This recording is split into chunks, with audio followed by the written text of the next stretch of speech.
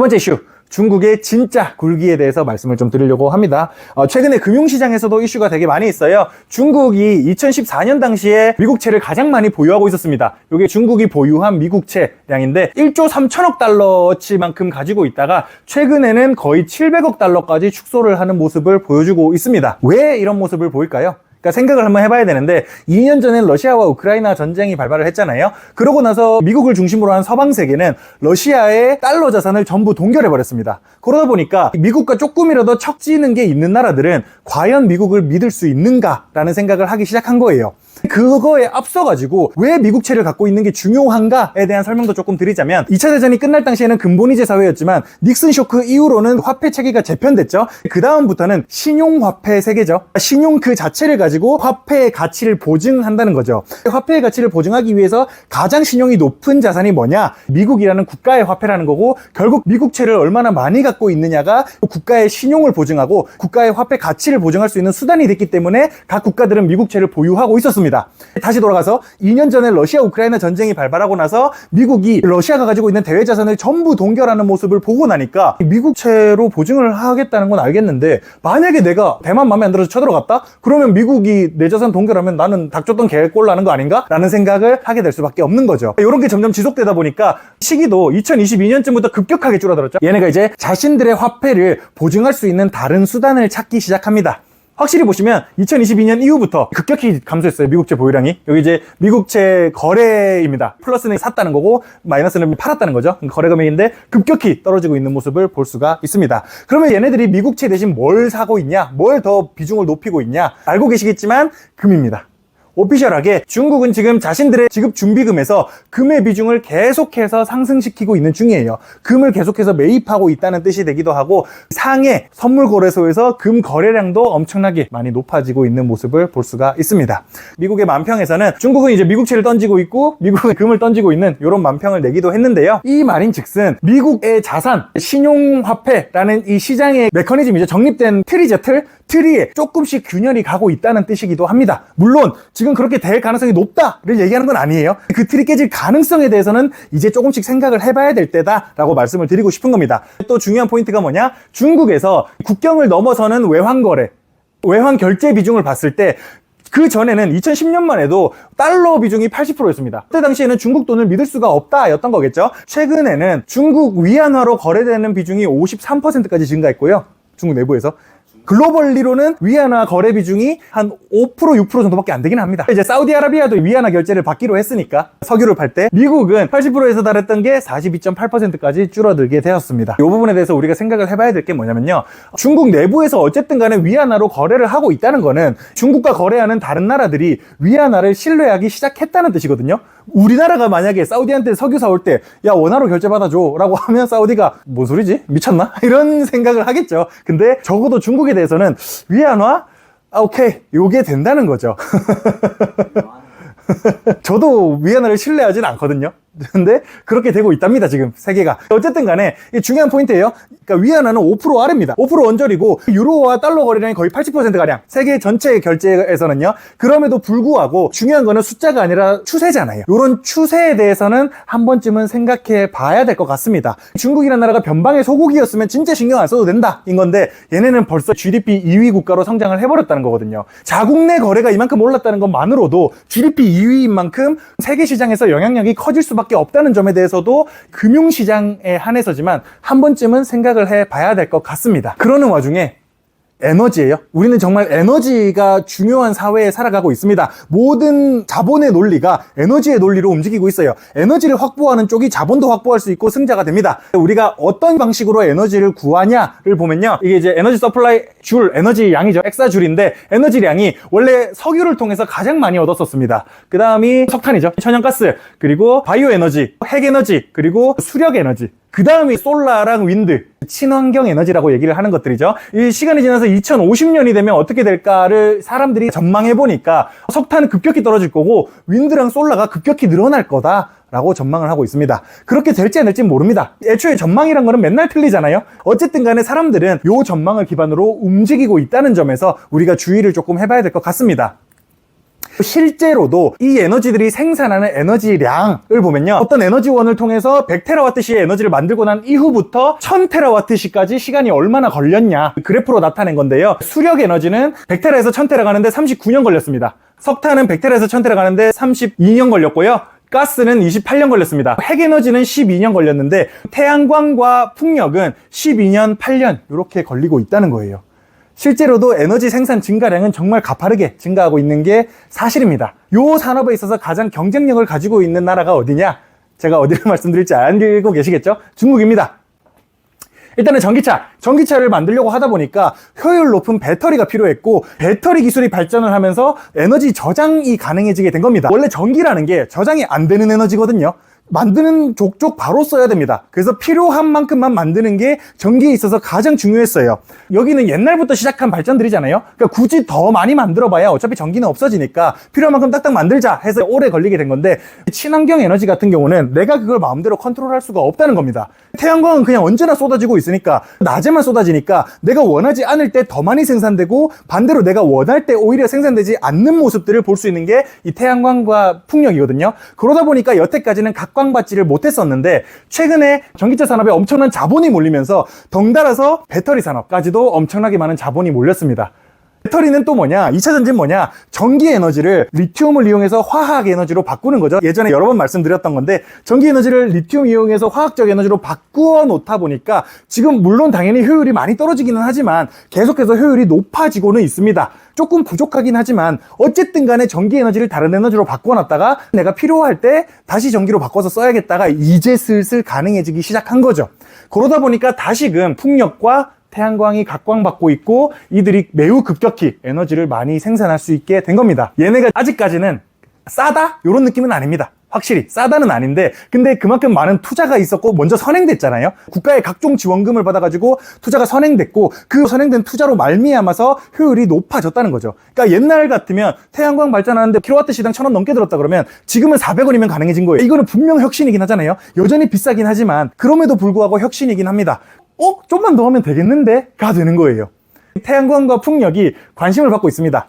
기술의 발전이란 게 참 재밌어요. 내가 원하는 포인트보다는 생각보다 다른 포인트에서 빛을 발할 때가 많습니다. 옛날에는 고래잡이 산업이 정말 컸습니다. 왜냐면요, 그때 당시에는 석유를 윤활유로 쓰는 법을 몰랐던 거예요. 기계를 돌리기 위한 윤활유로서 고래기름을 썼었고, 그 고래기름을 만들기 위해서는 포경산업이 커질 수밖에 없었던 거죠. 그 포경산업을 순식간에 죽인 게 뭐냐? 석유에서 윤활유를 정제하는 법을 알고 나섭니다. 기술의 발전이 생각지도 못한 변화를 가져온다는 점은 여기에도 마찬가지로 적용될 수도 있는 것 같아요. 근데 문제가 뭐냐? 이 산업들을 전부 싹 잡고 있는 게 중국이라는 게 문제가 되고 있습니다.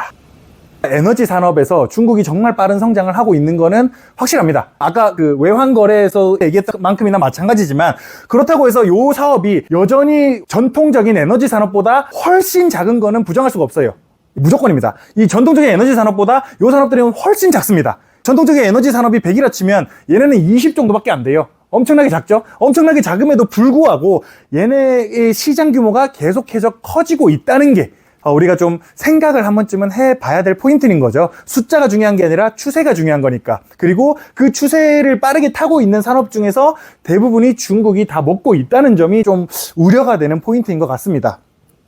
이 반도체에 대해서도 얘기를 좀 해야 되는데, 반도체를 그냥 반도체로 볼 게 아니라 반도체는 설계, 그리고 파운드리, 메모리를 다 따로 봐야 됩니다. 우리나라 같은 경우는 메모리를 정말 잘하는 회사인 거죠. 파운드리를 제일 잘하는 건 TSMC고, 설계를 잘하는 건 주로 미국의 회사들, 엔비디아, IBM, 인텔 이런 회사들을 얘기를 많이 하고 있는데, 우리나라에서 대표적인 반도체 설계 회사가 파두거든요. 근데 파두가 최근에 IPO 관련해서 이슈가 엄청 크게 있었잖아요. 매출이 6천만 원밖에 안 되는데 무슨 뻥튀기 상장을 해가지고 난리가 났었던 이슈가 있었습니다. 근데 얘네들은 조금 다릅니다. 미국이 견제를 해가지고 파운드리 장비를 수입을 못 해와가지고 파운드리 어차피 못한다, 얘네는 반도체 박살났다라고 얘기를 하고 있지만, 어쨌든 설계는 할 수 있다는 거예요. 근데 그 설계 시장에서 생각보다 빠르게 성장을 하고 있는 모습을 보여주고 있습니다. 실제로 매출액 또한 빠르게 증가하는 모습을 보여주고 있고요.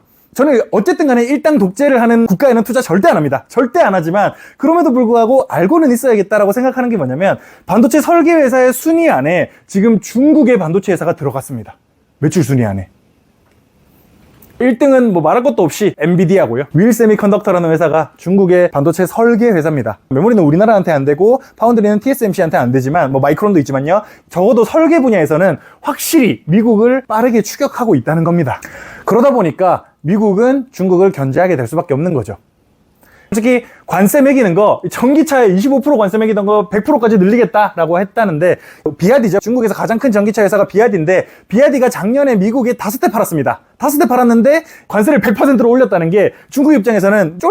이런 느낌인 거죠. 요즘 유행어죠. 쫄? 이런 느낌이라고 생각을 해도 무방하다는 겁니다. 그뿐만 아니라 대부분의 많은 분야, 솔라도 마찬가지고 세미컨덕터도 마찬가지지만 배터리도 마찬가지죠. 중국이 빠르게 발전하고 있는 많은 분야에서 수입을 못하게 만들고 있는 이슈들이 여러모로 발생을 하고 있다는 점을 생각해 봤을 때 정말로 미국은 지금 중국한테 쫄았다라고 생각을 할 수도 있는 것 같아요. 그러니까 당장 크진 않지만 추세를 봤을 때는 성장이 우려가 된다라고 보는 거죠. 그러는 와중에 대만 총통이 취임하자마자 중국은 9개월 만에 대만 포위 훈련을 또 했습니다. 또 전쟁 나는 거 아니냐고 이런 이슈가 되기도 했었는데, 대만의 입장을 생각해보면요, 우리나라하고 조금 비슷한 것 같아요. 우리나라에서 북한이 미사일 쐈다 그러면 외국인이랑 같이 있을 때 외국인이 What? 미사일? 와! 막 이렇게 걱정을 많이 하는데, 우리나라 사람들이 워 이러면 미국 사람이 What? What? 뭐 이런 반응을 보인다고. 어쨌든 이제 이런 이슈가 나올 정도로 외국인들은 우리와 북한의 관계를 매우 우려를 하고 있는데, 정작 우리는 그렇잖아요. 우리 북쪽이 미사일 쏴도 아무도 관심 없고, 민희진한테 관심 있고, 김호중한테 관심 있고, 이러고 있는 상황 속에서 이번에 북한이 미사일로 반응을 안 하니까 오물을 격에서는 북쪽이가 진짜 별짓을 다 한다라는 모습을 볼 수가 있는데, 대만 사람들도 비슷하게 생각한대요. 중국과의 관계에 대해서. 북한과 남한 마냥 중국과 대만 사이의 관계가 이렇게 이루어지고 있습니다. 근데 지금 중국의 시스템을 보면요, 어쨌든 대만은 1국가 2정부 시스템을 유지하고 있잖아요. 속으로는 어떨지 몰라도 겉으로는, 명목상으로는 그래도 대만은 중국이다 라고 얘기를 하고 있다 보니까 지금 중국은 대만을 놓을 수가 없습니다. 왜 그러냐면요, 국토 면적으로 따지면 대만이 2%도 안 돼요. 중국 전체에서 2%도 안 되는데 GDP로 따지면 거의 10%에 육박을 합니다. 중국 안에서 TSMC가 차지하는 비중이 너무나도 크다 보니까 대만을 놓고 싶지가 않은 거죠. 근데 이런 환경 속에서 차이잉원 총통은 중국이랑 좀 척지는 총통이잖아요. 그런 환경이 되다 보니까 9개월 만에 대만 포위 훈련을 했다고 하고 그러는데, 여기서 이제 한번 생각을 해봐야 될 문제가 있는 것 같습니다. 미국은 지난 120년 동안 불어난 부채보다 이번 4년 동안 불어난 부채가 더 많을 정도로 엄청나게 빠르게 부채가 늘어나고 있어요. 이 러시아 우크라이나 전쟁에 지원하느라, 이스라엘 가자 전쟁에 지원하느라 엄청나게 많은 돈을 쓰고 있다는 거죠. 근데 요즘 들어서 드는 생각이, 제가 학교 다닐 때 좀 찐따였거든요. 그래서 제가 일진 감별기가 좋습니다. 매우 좋아요. 작년까지는 솔직히 일진이 하자는 대로 된다라고 보면 되니까 투자하기가 솔직히 쉬웠습니다. 금융시장을 판단할 때 일진이 원하는 방향성만 우리가 알면 금융시장은 그렇게 움직일 거니까 투자하면 된다라고 생각을 하면 됐었거든요. 그때 당시에 일진은 미국이었습니다. 근데 요즘 제가 보면요, 일진 감별기가 요즘 삐뽀삐뽀 하고 있어요. 중국이 정말로 미국이라는 일진한테, 중국이 일진은 아니고 약간 삼진 정도인데 이 일진을 긁어도 될 정도가 된 것 같아요. 왜냐면 일진이 지금 이진들을 패고 있거든요. 일진이 2, 3, 4진들 패느라 정신이 없다 보니까 중국은 2.5진? 요 정도 되는 중국이 일진 얘네 바쁘네, 우리 지금 좀 나가도 상관없겠는데? 라는 생각을 하고 있다는 겁니다. 근데 그러다 보면 어느샌가 2.5진이 일진이 될 수도 있는 거거든요. 이런 문제에서 정말로 중국이 대만을 치게 된다면, 만에 하나라도, 그러면 미국은 과연 중국을 견제할 수 있을까요? 돈을 이렇게 많이 쓰고 있는데, 이미 2개의 전선에서 돈을 그렇게 많이 쓰고 있는데, 여기서 또 문제가 뭡니까? 아니, 항상 왜 우리나라는 그런지 모르겠어. 항상 요 사이에 껴 있습니다. 한국. 만약에 중국과 대만이 전쟁이 일어난다면 GDP 손실이 얼마나 될까라는 데이터에 당연히 대만은 TSMC 때문에 마이너스 40%의 손실을 볼 거다라고 얘기를 하고 있는데, 왜 그 다음이 하필 우리나라냐는 거예요. 마이너스 23%나. 뭐 우리나라의 자유무역을 하는 나라고 중국 바로 옆에 붙어있고 북한으로 못 지나가니까 사실상의 섬나라이기 때문에 더 충격이 클 수밖에 없는 거기도 하겠죠. 그리고 대만하고 비슷하게 반도체 관련된 이슈들을 많이 진행을 하고 있다 보니까 우리한테 중요한 이슈가 되고 있다라고 말씀을 드릴 수가 있겠고, 그렇기 때문에 우리는 여전히 언제나 세상의 평화를 바라야 됩니다. 우리나라가 잘 되기 위해서는요. 약간 들었던 3월이었나? 네. TSMC 대만에 그 지진이 일어나가지고 네. 약간 불안하다 떨어지면서 약간 삼전이 반사이익을 조금 올랐잖아요. 네. 오히려 그렇게도 생각하면 약간 대만이 안 좋아지면 또 삼전이랑이 되게 좋아질 수 있지 않은 건가라도 생각해 볼 만한 여지는 충분히 있어요. 삼성은 메모리를 하면서 설계도 하고 싶어 하고 파운드리도 하고 싶어 하니까. 그렇죠. 확실히 일리는 있어요. 일리는 있는데 여기서는 또 일본 이슈에서 연장선이 있습니다. 삼전이 뻘짓을 너무 많이 하고 있어요. 애초에 TSMC하고 파운드리 사업에서 수율 차이도 일단 극복이 안 되고, 똑같은 3나노급이라도 수율이 TSMC가 70% 나온다 치면 삼전은 수율이 40%도 안 나옵니다. 그런 관점에서 접근을 해봤을 때 TSMC가 만약에 가동 불가능한 상황까지 가게 된다면 제가 보기에는 삼전보다는 마이크론이 반사이익을 얻을 가능성이 높지 않을까라는 생각이 개인적으로는 들고 있어요. 삼전은 지금 너무 비리비리합니다. 일본 이슈에서도 언급을 드렸지만 재벌 3세 경영이 개인적으로 지금 잘 되고 있는지 잘 모르겠습니다. 그래도 이병철, 이건희는 개똥밭에 구르면서 뭐가 되겠다 안 되겠다를 구분을 했는데, 이재용은 개똥밭에 굴러본 사람이 아닌 것 같다라는 생각이 너무 많이 들어요. 지금 보고 있으면. 제가 뭘 알겠냐마는, 그러니까 감히 주장을 하자면 약간 감 좀 떨어지는 것 같은데 라는 생각이 개인적으로는 조금 들고 있습니다. 그래서 정리를 드리자면요, 중국은 2014년 이후로 특히 미국의 대러시아 제재 이후 보유한 미국채 비중을 급격히 축소하고 있는 중입니다. 중국 자국 통화의 가치를 보증받기 위해 비축하는 준비금에서 금이 차지하는 비중이 가파르게 증가하는 중이고요. 이에 더해 상해 선물 시장의 금 거래량 또한 빠르게 증가하며 상승하는 금 가격을 일부 설명 가능합니다. 중국 외국 간의 거래에서 위안화 결제 비중 또한 지속적으로 증가하여 과반 이상이 지금 위안화로 결제되고 있어요. 물론 글로벌 결제에서 위안화가 차지하는 비중은 그래도 두 자릿수가 안 됩니다. 한 자릿수입니다. 중요한 거는 숫자가 아니라 추세라는 점. 그런 것들을 봤을 때 중국의 결제 비중이 자꾸 늘어나고 있기는 하다는 점. 이는 중국 화폐에 대한 신뢰 상승을 의미하기도 하지만 달러에 대한 신뢰 하락을 의미하기도 합니다. 제조업이 힘들어진 미국과 달리 제조업도 빠르게 성장하여 미국이 핀셋 관세를 매길 정도로 위협을 하고 있는 중국의 상황이고요. 양안 관계는 지속적으로 긴장감을 조성하고, 만약 사단이 난다면 당사국을 제외하면 또 한국이 고생을 많이 하게 되겠습니다. 부채를 들려가며 두 개의 전선을 지원하는 것도 벅찬 미국이 과연 중국을 견제할 수 있을지 또 고민을 해봐야 될 시점에 있는 것 같습니다.